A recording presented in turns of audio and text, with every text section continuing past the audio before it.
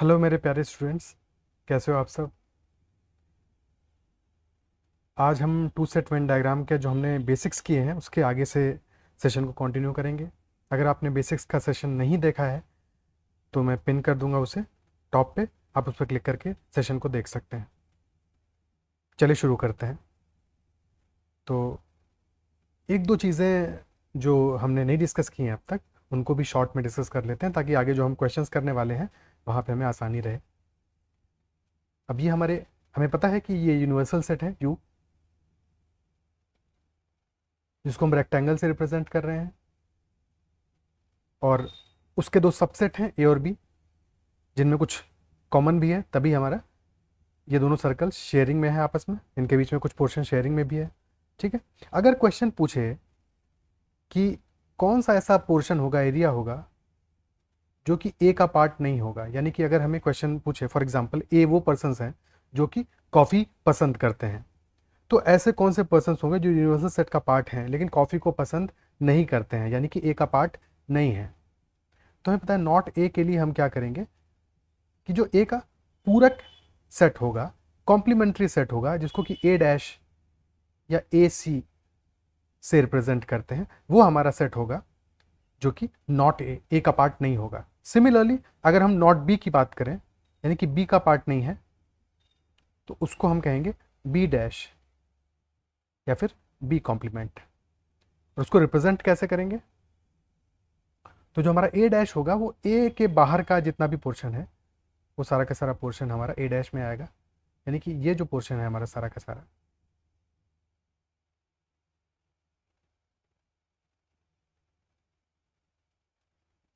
Including ए के बाहर जो बी का पोर्शन भी है, सारा ही पोर्शन जो भी ए के बाहर है वो सब ए डैश का पार्ट होगा। क्या बात समझ में आती है?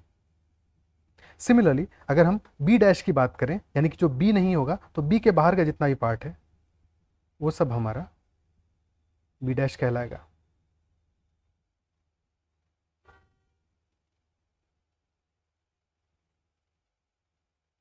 अब अगर क्वेश्चन हमसे पूछता कि हमें वो रीजन मार्क करना है जो कि ए से तो बिलोंग करता है, belongs to A, but B से बिलोंग नहीं करता है, बट नॉट बी। ए से तो बिलोंग करता है बट बी से बिलोंग नहीं करता है। ठीक है, तो दोनों ही कंडीशंस हैं। अगर ए से बिलोंग करता है तो जो ए वाला ये हमारा सेट है, इसका पार्ट तो होना चाहिए उसको, है कि नहीं? इसका पार्ट तो होना चाहिए, लेकिन वो बी से बिलोंग नहीं करता है, यानी कि इस पोर्शन में नहीं होना चाहिए, है कि नहीं? यानी कि इस पूरे के पूरे सेट में से हमें ये पोर्शन हटाना पड़ेगा, तभी हमारे वो एलिमेंट्स आएंगे जो कि ए से तो बिलोंग करते हैं लेकिन बी से बिलोंग नहीं करते हैं। ठीक है, और उनको हम कहेंगे ए माइनस बी। ठीक है, और वो पोर्शन हमारा क्या होगा? ये सारा का सारा क्लियर है? सिमिलरली अगर क्वेश्चन पूछता कि वो पोर्शन जो कि बी से बिलोंग करते हैं लेकिन ए से नहीं करते,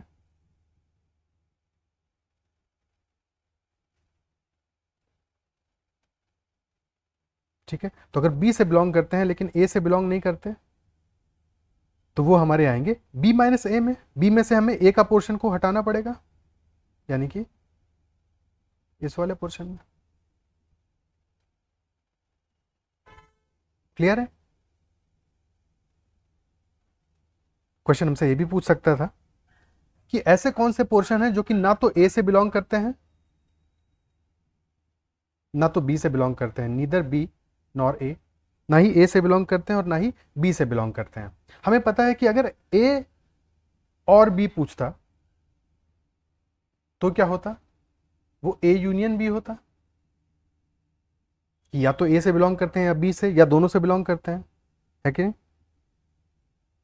ठीक है, तो ये वाला पोर्शन तो ए यूनियन बी होता है हमारा, लेकिन नीदर बी नॉर ए, यानी कि ना तो बी से ना तो ए से, तो उसमें से हमें क्या करना पड़ेगा? ए यूनियन बी को हटाना पड़ेगा, यानी कि नीदर बी नॉर ए हमारा हो जाएगा ए यूनियन बी का कॉम्प्लीमेंट्री सेट, यानी कि ए यूनियन बी का डैश।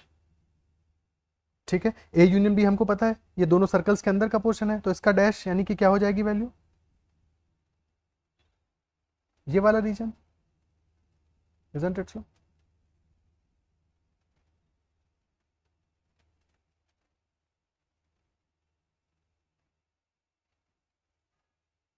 और अगर क्वेश्चन हमसे पूछता कि या तो ए से बिलोंग करता हो, ईदर ए या बी से बिलोंग करता हो, लेकिन दोनों से बिलोंग नहीं करना चाहिए, ईदर ए और बी बट दोनों से बिलोंग नहीं करना चाहिए, किसी एक सेट से ही बिलोंग करना चाहिए, लेकिन किसी एक से जरूर करना चाहिए, यानी कि ए और बी के बाहर का पोर्शन नहीं होगा, लेकिन जो ए और बी में कॉमन है वो भी नहीं होगा। ठीक है, तो यहां पे हमें कौन सा पोर्शन लेना पड़ेगा? एक तो हमको लेना पड़ेगा ए माइनस बी, क्योंकि हमको पता है ए माइनस बी सिर्फ और सिर्फ ए से बिलोंग करता है। सिमिलरली हमको लेना पड़ेगा बी माइनस ए, क्योंकि ये सिर्फ और सिर्फ बी से बिलोंग करता है, यानी कि ये हो जाएगा हमारा A minus B union B minus A. क्या ये बात समझ में आती है? ठीक है, अब क्वेश्चंस करना कंटिन्यू करते हैं। तो आज का पहला क्वेश्चन है, in a group of 500 people 380 can speak English and 270 can speak Hindi. 500 लोगों के एक ग्रुप में, समूह में 380 लोग अंग्रेजी बोल सकते हैं और 270 हिंदी बोल सकते हैं। तो यदि सभी लोग दो भाषाओं में से कम एक भाषा तो बोलते हैं, if all of the people speak at least one of the languages, then हमें आंसर करना है। पहला क्वेश्चन है कि how many of them can speak both English and Hindi, उनमें से कितने अंग्रेजी और हिंदी दोनों बोल सकते हैं। तो खुद से अटेम्प्ट कीजिएगा क्वेश्चन।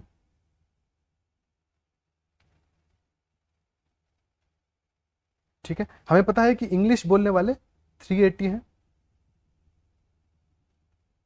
और हिंदी बोलने वाले 270 हैं, टोटल 500 हैं।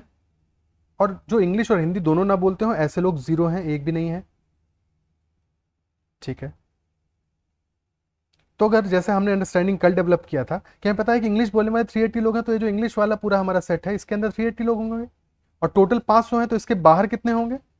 500 माइनस 380, 120 लोग इसके बाहर होंगे और वो हिंदी बोलते होंगे, क्योंकि कोई भी लैंग्वेज ना बोलने वाला तो एक भी बंदा नहीं है कि नहीं? तो 120 वो लोग होंगे जो सिर्फ और सिर्फ हिंदी बोलेंगे, ओनली हिंदी। सिमिलरली अगर हम हिंदी वाला सेट देखें, 270 लोग हिंदी बोलते हैं, तो उसके बाहर के लोग यानी कि 500 माइनस 270, 230 लोग ऐसे होंगे जो सिर्फ इंग्लिश बोलते होंगे। और अगर 380 में से 230 सिर्फ इंग्लिश बोलते हैं, तो बचे हुए 150 वो दोनों लैंग्वेजेस बोलेंगे। क्या बात क्लियर होती है? तो कितने लोग हैं जो अंग्रेजी और हिंदी दोनों बोल सकते हैं? हमारा आंसर हो जाएगा 150। और कितने ऐसे हैं जो सिर्फ एक ही भाषा बोलते हैं, यानी या तो सिर्फ इंग्लिश बोलेंगे या तो सिर्फ हिंदी बोलेंगे, वो हो जाएंगे 230 प्लस 120 यानी कि 350। क्लियर है?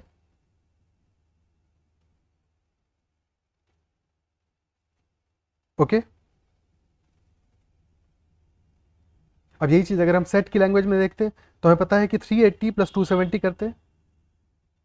380 वो हैं जो कि इंग्लिश बोल रहे हैं और 270 वो हैं जो कि हिंदी बोल रहे हैं। आज नॉइज बहुत आ रहा है। ठीक है, और हमें पता है कि जब हमने इन दोनों को ऐड अप कर दिया तो जो लोग दोनों लैंग्वेजेस बोल रहे हैं उनको हमने दो बार काउंट कर लिया है, तो उसको हमें सब्ट्रैक्ट करना पड़ेगा। लेटेस्ट से वो एक्स है, वही हमें निकालना ही है, तो ये टोटल हमारा 500 के बराबर आ जाएगा, यानी कि 380 plus 270 650 minus x is equal to 500। तो यहाँ से हमें एक्स की वैल्यू मिल जाएगी, x will be equal to 150।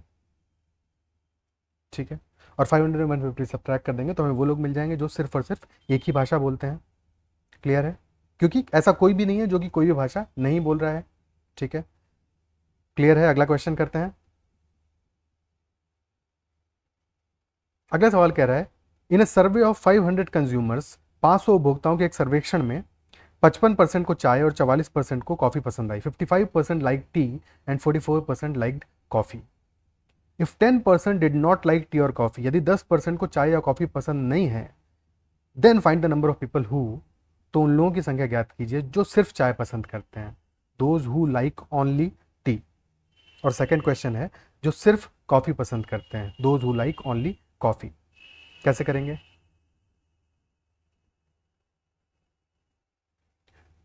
तो लेटस से ये पहला सेट हमारा टी का है, दूसरा सेट कॉफ़ी का है, टोटल हमारे कंज्यूमर्स 500 हैं।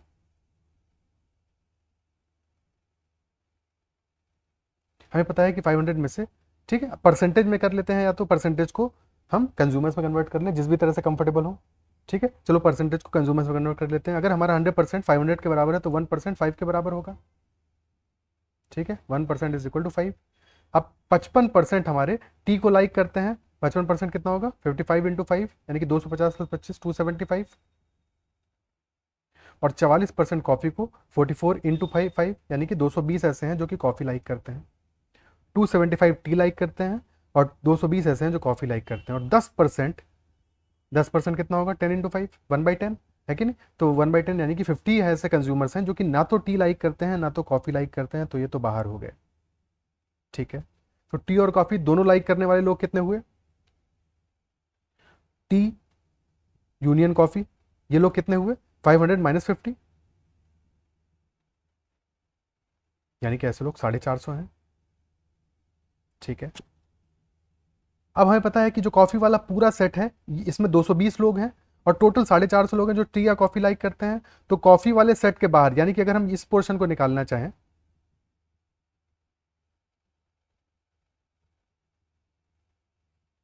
इस पोर्शन को, तो इसकी वैल्यू क्या आएगी? क्या ये हमारा 450 माइनस 220 नहीं होगा? बताइए, क्या ये हमारा 450 माइनस 220 नहीं होगा? बिल्कुल होगा। 450 माइनस 220 यानी कि ये वैल्यू आ जाएगी हमारी 230। और अगर ये 230 है, टोटल 275 है, तो ये वैल्यू 45 आ जाएगी। और अगर ये 45 है, टोटल 220 है, तो 220 माइनस 45, ये वैल्यू 175 आ जाएगी। अब हमें सारे ही रीजन्स की वैल्यू मिल गई है। क्वेश्चंस को आंसर करते हैं। पहला क्वेश्चन है, सिर्फ चाय पसंद करने वाले लोग, वो हो जाएंगे 230। और सेकंड क्वेश्चन, सिर्फ कॉफी पसंद करने वाले लोग, वो हो जाएंगे 175। क्लियर है?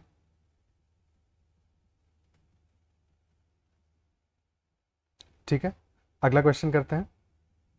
नेक्स्ट क्वेश्चन हमारा कह रहा है, वैल्यू तो सेम ही है, ठीक है, तो फटाफट से लिख लेते हैं। 500 हमारा टोटल कंज्यूमर्स हैं, टी वाले 275 हैं, कॉफ़ी वाले 220 हैं, और ये वैल्यूज़ है हमारी 230, 45, 175। और क्वेश्चन हमसे पूछ रहा है, दो क्वेश्चन है। पहला क्वेश्चन है, कैसे कितने लोग हैं जो एटलीस्ट कम से कम एक को पसंद करते हैं चाय और कॉफ़ी में से, like at least one of T and coffee, यानी कि कम से कम एक को तो पसंद करना चाहिए।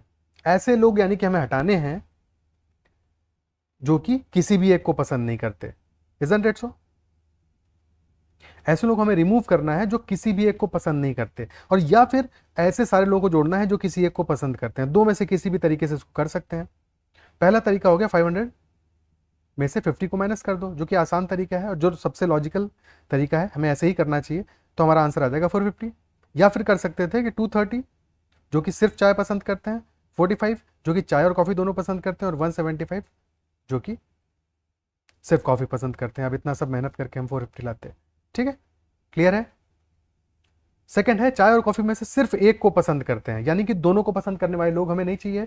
हमें सिर्फ वो चाहिए जो सिर्फ चाय पसंद करते हैं या सिर्फ कॉफ़ी, यानी कि 230 प्लस 175, यानी कि आंसर आ जाएगा 405।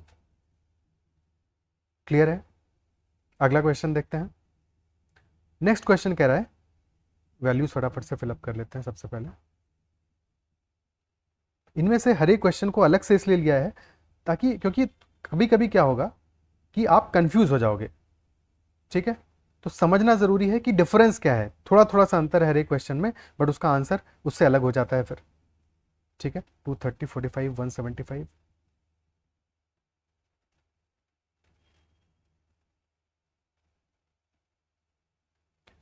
जब एग्जाम में आएगा तो सारे क्वेश्चन एक साथ थोड़ी आएंगे, ठीक है। अब देखो यहाँ पे एक क्वेश्चन है हमारा पहला, चाय और कॉफी में से कम एक को नापसंद करते हैं। इस बार लाइक की बात नहीं है, डिसलाइक की बात है कि चाय और कॉफी में से कम एक को नापसंद करते हैं। तो अब या तो हम लाइक से डिसलाइक की तरफ जाएं, या इस क्वेश्चन को, इसकी लैंग्वेज को समझने की कोशिश करें कि the don't like at least one of T and coffee. तो या तो वो एक को नापसंद करते हैं, ठीक है, जो लाइक नहीं कर रहा है यानी कि वो पसंद नहीं कर रहे, ठीक है। तो या तो वो एक को नापसंद करते हैं या तो वो दोनों को नापसंद करते हैं। क्लियर है? तो हमें कौन से लोगों को हटाने से हमारा काम आसान हो जाएगा? क्योंकि हमें ऐसे लोग हटाने हैं जो कम से कम एक को नापसंद करते हो। तो जो लोग हमारे, ये बताओ, ये 45 जो लोग हैं, ये कौन से लोग हैं? ये वो हैं जो चाय और कॉफी दोनों को पसंद करते हैं। और इसके बाहर हम कहीं भी देखें, अगर हम इस पोर्शन में देखें, तो ये वो लोग हैं जो कि चाय को तो पसंद करते हैं लेकिन कॉफी को पसंद नहीं करते हैं। अगर हम इस पोर्शन में देखें, तो ये वो लोग हैं जो कि कॉफी को तो पसंद करते हैं पर चाय को पसंद नहीं करते। और यहाँ पे देखें तो ये लोग तो बेचारे दोनों को ही पसंद नहीं करते। तो हमारा आंसर क्या होना चाहिए? ये वो लोग हैं जो कि दोनों को पसंद करते हैं। तो 500 में से अगर हम 45 को माइनस कर दें तो हमें अपना आंसर मिल जाएगा। 500 माइनस 45 यानी कि 455 हमारा आंसर होगा। ये वो लोग हैं जो चाय और कॉफी में से कम एक को नापसंद करते हैं। सेकंड क्वेश्चन है, those who don't like exactly one of T and coffee. चाय और कॉफी में से सिर्फ और सिर्फ एक को नापसंद करते हैं, दोनों को नापसंद नहीं करते। ठीक है, तो या तो सिर्फ चाय को नापसंद करते हैं और या तो सिर्फ और सिर्फ सॉरी कॉफी को नापसंद करते हैं। तो ये जो लोग हैं हमारे 230, ये वो हैं जो कि चाय को पसंद करते हैं, कॉफी को नापसंद करते हैं। सिमिलरली ये जो 175 है, ये वो लोग हैं जो कि कॉफी को तो पसंद करते हैं लेकिन टी को नापसंद करते हैं। सिर्फ और सिर्फ एक को नापसंद करते हैं, दूसरे को भी पसंद करते हैं। तो ये हमारे वो लोग हो जाएंगे जो कि चाय और कॉफी में से सिर्फ और सिर्फ एक को नापसंद करते हैं। आंसर हमारा हो जाएगा 230 प्लस 175 यानी कि 405। क्या ये सारे के सारे क्वेश्चंस आपको समझ में आते हैं? क्लियर हुए? ठीक है, अगले क्वेश्चन पे चलते हैं।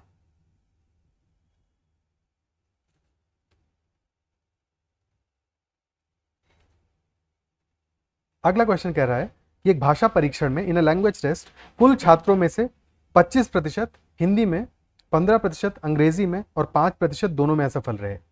25% of the total students failed in Hindi, 15% failed in English and 5% failed in both. So if 325 students passed in both Hindi and English, यदि 325 छात्र हिंदी और अंग्रेजी दोनों में उत्तीर्ण हुए तो कुल छात्रों की संख्या हमें बतानी है। हमें जो पहली लाइन में दिया है वो वैल्यूज क्या दी हैं? वो उन लोगों की दी हैं जो कि फेल हुए हैं। तो 25% हमारे हिंदी में फेल हुए हैं, 15% अंग्रेजी में फेल हुए हैं और 5% दोनों में ही फेल हुए हैं, है कि नहीं? तो अगर हम फेलियर्स का सेट बनाएं, 25% वो हैं जो कि हिंदी में फेल हुए हैं, 25% है, ठीक है, परसेंटेज में वैल्यूज हैं। और इंग्लिश में 15% फेल हुए हैं और 5% ऐसे हैं जो कि दोनों में ही फेल हुए हैं, तो वो बीच में आ जाएंगे। तो 25 में से 5 सब्ट्रैक्ट करोगे यानी कि 20% वो होंगे जो सिर्फ हिंदी में हुए होंगे, और 15 में से 5 सब्ट्रैक्ट करोगे यानी कि 10% वो होंगे जो कि सिर्फ इंग्लिश में हुए होंगे। समझ में आता है? तो क्या हमें फेल्ड स्टूडेंट्स मिल गए? ठीक है, जो किसी ना किसी एक में फेल हुए होंगे। तो कितने लोग हो गए ऐसे? फेल्ड स्टूडेंट्स हो गए हमारे 20 प्लस 5 प्लस 10 यानी कि 35%। ठीक है, या फिर यहां से डायरेक्टली निकालते, इन वैल्यू से डायरेक्टली निकालते, तो क्या करते हैं हम?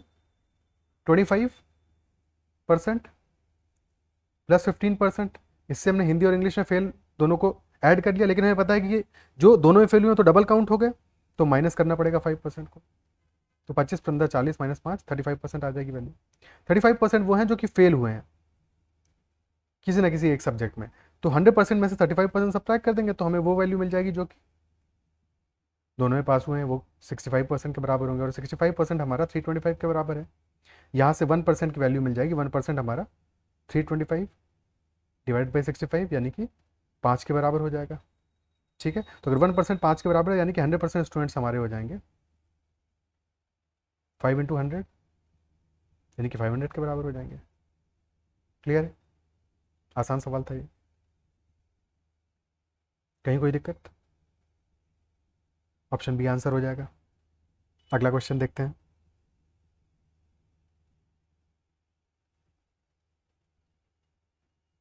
ओके, ये सेम ही क्वेश्चन है, वैल्यूज तो सारी की सारी सेम ही रहेंगी हमारी। ठीक है,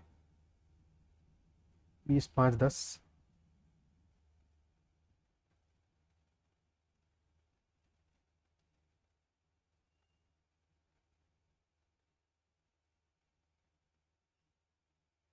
बस लैंग्वेज को समझ के आंसर करना पड़ेगा। क्वेश्चन हमसे पूछ रहा है उन छात्रों की संख्या बतानी है जो हिंदी में अनुत्तीर्ण हुए लेकिन अंग्रेजी में उत्तीर्ण हुए। Those who failed in Hindi but passed in English. ठीक है, failed in Hindi but passed in English. अब अगर हिंदी में फेल हुए वो लोग जो कि इंग्लिश में पास हुए हैं उनकी बात कर रहे हैं, तो हिंदी में फेल हुए लोग हमें पता है कि कहाँ पे बिलोंग करेंगे। हिंदी में फेल हुए लोग तो इस सेट में बिलोंग करेंगे। लेकिन इनमें से हमें वो लोग चाहिए जो कि इंग्लिश में पास हुए हों, और ये जो लोग हैं वो इंग्लिश में फेल हुए हैं, तो ये हमें नहीं चाहिए। तो हमारे काम की रिक्वायरमेंट क्या होगी? ये वाला पोर्शन। ये वो लोग हैं जो कि हिंदी में तो फेल हुए हैं लेकिन इंग्लिश में पास हुए हैं, इजंट इट सो? और ये कितने हैं? 20%।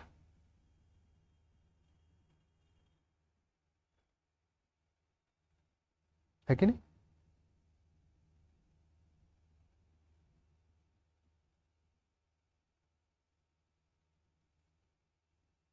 ठीक है।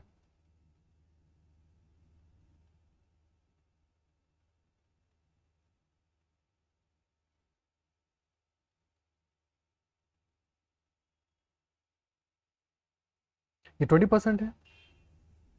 20% हमारा कितने के बराबर होगा? 20 × 5, यानी कि 100 स्टूडेंट्स होंगे ऐसे।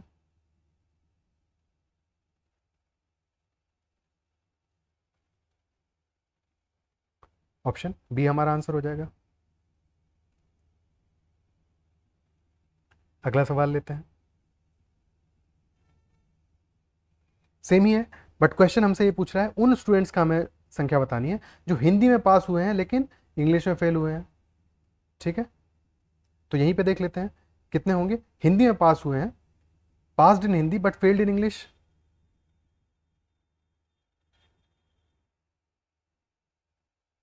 Passed in Hindi but failed in English.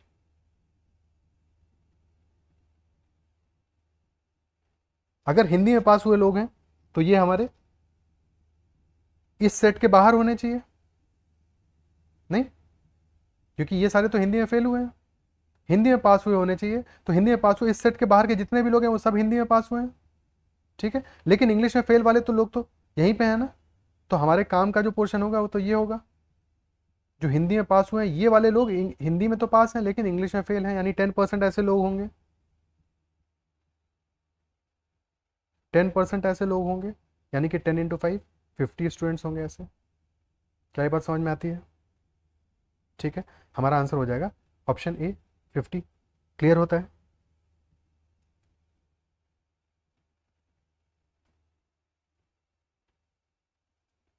ठीक है,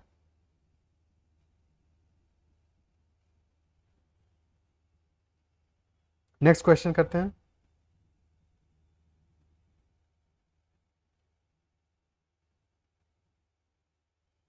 अगला क्वेश्चन कह रहा है अंग्रेजी और गणित की एक कक्षा में एक परीक्षा में in a test of English and maths 1/3 of students failed in maths. एक तिहाई छात्र गणित में उत्तीर्ण हो गए। Half the students failed in English. आधे छात्र अंग्रेजी में उत्तीर्ण हो गए। अब अगर अंग्रेजी में उत्तीर्ण होने वालों में से 60% गणित में भी उत्तीर्ण होते हैं, 60% of those who passed in English also passed in maths and 600 students took both the test. 600 ऐसे छात्र हैं जिन्होंने दोनों परीक्षाएं दी हैं, then how many students failed both? Video को पॉज करके खुद से अटेम्प्ट करना है। ठीक है, देखो यहाँ पे क्या क्या वैल्यूज हमें गिवन है। पहली चीज हमें पता है कि टोटल स्टूडेंट्स जिन्होंने एग्जाम दिया है वो है 600। ठीक है, टोटल वैल्यू 600 के बराबर है।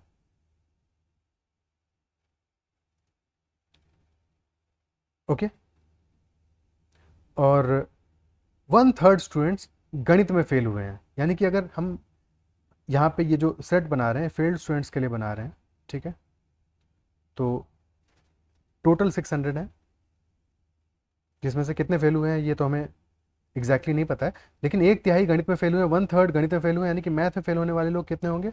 1/3, 600 का 1/3 यानी कि 600/3 200 होगा। 200 ऐसे होंगे जो कि मैथ में फेल हुए हैं। आधे अंग्रेजी में फेल हुए हैं, यानी कि 300 होंगे जो कि इंग्लिश में फेल हुए हैं। इसके बाद वाली लाइन सबसे इंपॉर्टेंट है कि 60% of those who passed in English. ठीक है, तो कितने इंग्लिश में पास हुए हैं? इंग्लिश में पास होने वाले कितने होंगे? 600 माइनस 300। 300 ऐसे हैं जो कि इंग्लिश में पास हुए हैं। ठीक है, और क्वेश्चन हमसे क्या कह रहा है कि 60% of those who passed in English also failed in maths. Also passed in maths, ठीक है। जो इंग्लिश में पास हुए हैं उनके 60% मैथ में ही पास हुए हैं, यानी कि 300 का 60% मैथ में ही पास हुए हैं। और 300 का 60% कितना है? 300 इंटू 60/100 या 300 इंटू 3/5 यानी कि 180। तो 180 ऐसे स्टूडेंट्स हैं जो कि इंग्लिश और मैथ दोनों में पास हुए हैं, ठीक है।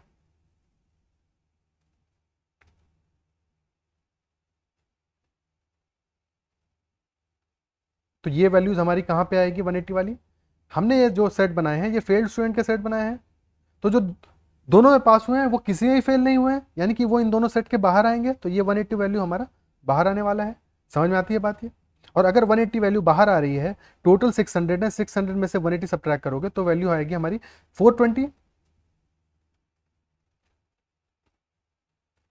यानी कि 420 ऐसे लोग हैं जो कि failed in at least one subject, कम से कम किसी एक में तो फेल हुए हैं, है कि नहीं? ये मैथ में फेल और इंग्लिश में फेल दोनों का यूनियन है कि नहीं? तो अगर टोटल 420 है जबकि मैथ के अंदर 200 स्टूडेंट हैं, तो मैथ के बाहर वाले स्टूडेंट कितने होंगे जो फेल हुए होंगे? 420 माइनस 200, 220 होंगे। यहाँ पे 220 वैल्यू आ जाएगी, और अगर यहाँ पे 220 वैल्यू आ गई तो हमको पता है कि 300 टोटल है जो इंग्लिश में फेल हुए हैं, तो ये वैल्यू कितनी आनी चाहिए? 300 माइनस 220, यानी कि 80 आनी चाहिए। Isn't it so? अब क्वेश्चन ने हमसे यही तो पूछा है कि कितने ऐसे स्टूडेंट्स हैं जो कि दोनों में फेल हुए हैं, तो हमारा आंसर 80 हो जाएगा। क्लियर है?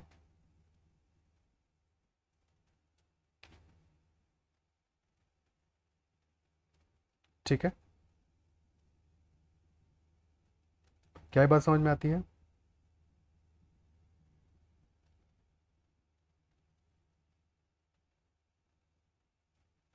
ओके, तो हमारा आंसर 80 हो जाएगा। अब यहाँ पे एक छोटी सी चीज़ और है जिसको अगर हम समझ लेते तो इस क्वेश्चन को और भी आसानी से कर सकते थे, तो उस पोर्शन को भी देख लेते हैं। देखो, क्वेश्चन हमसे कह रहा था कि 60% of those who passed in English also passed in maths, यानी कि 60% जिन्होंने इंग्लिश में पास किया है, और इंग्लिश में पास करने वाले 300 थे, 300 में से 60% यानी कि 180 ऐसे लोग हैं जो कि दोनों सब्जेक्ट में पास हुए हैं। तो अगर हम 300 ये जो टोटल थे जो कि इंग्लिश में पास हुए हैं, पास्ड इन इंग्लिश, ठीक है, ये 300 लोग थे, इनमें से 180 को हम माइनस कर दें तो जो वैल्यू मिलेगी वो कौन लोग होंगे? ये वो 120 लोग हैं जो कि इंग्लिश में तो पास हुए हैं लेकिन मैथ में फेल हो गए हैं। Passed in English but failed in math. भाई इंग्लिश में तो पास हुए ये, लेकिन मैथ में फेल हो गए, और जैसे ही हमें ये बात समझ में आई तो क्या हम इनको अपने सेट में मेंशन कर सकते हैं? 120 जो इंग्लिश में पास हुए हैं लेकिन मैथ में फेल हुए हैं, अगर ये इंग्लिश में पास हैं तो फिर ये इंग्लिश में फेल के सेट के तो बाहर आएंगे, इस सेट के तो बाहर आएंगे, लेकिन मैथ में फेल है तो यानी कि मैथ वाले सेट के अंदर आएंगे, तो यहाँ पे ये जो वैल्यू है ये 120 होना चाहिए। Isn't it so? और जैसे ही हमें ये बात समझ में आ गई तो क्वेश्चन तो यहीं पे सॉल्व हो गया। जैसे ही हमने ये वैल्यू 120 लिख दी, हमें पता है टोटल 200 है जो कि मैथ में फेल हुए हैं, 120 वो हैं जो कि मैथ में फेल हुए हैं लेकिन इंग्लिश में पास हुए हैं, तो बचे हुए जो हुए 80 वो लोग होंगे जो कि दोनों में ही फेल हुए हैं। तो यहाँ से हमें सीधे सीधा आंसर मिल जाएगा। क्या ये बात समझ में आती है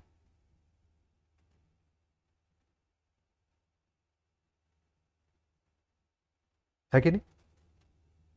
तो ये क्वेश्चन हमारा थोड़े कम समय में हो गया। आई होप जो भी क्वेश्चन हमने आज डिस्कस किए हैं आपको समझ में आए होंगे, जो इनिशियली कॉन्सेप्ट किया था वो भी क्लियरली हो समझ में आया होगा। तो Venn diagram, two set Venn diagram पे इतना ही हम रखते हैं आज के लिए, ठीक है। अब नेक्स्ट सेशन में हम 3 सेट वेन डायग्राम को डिस्कस करेंगे, स्टार्ट करेंगे। अगर आपने अब तक सब्सक्राइब नहीं किया है तो चैनल को सब्सक्राइब कर लीजिएगा, और जो भी बाकी वीडियोज़ हैं अगर नहीं देखे हैं तो देख लीजिएगा। और सेशन अगर पसंद आया हो तो ज़रूर लाइक कीजिएगा, नहीं पसंद आया हो तो फीडबैक दीजिएगा, कमेंट में मेंशन कीजिएगा। कोई आपके डाउट्स हैं तो भी आप कमेंट में ज़रूर मेंशन कीजिएगा, और अपने दोस्तों से भी शेयर कीजिएगा ताकि उनकी भी हेल्प हो जाए।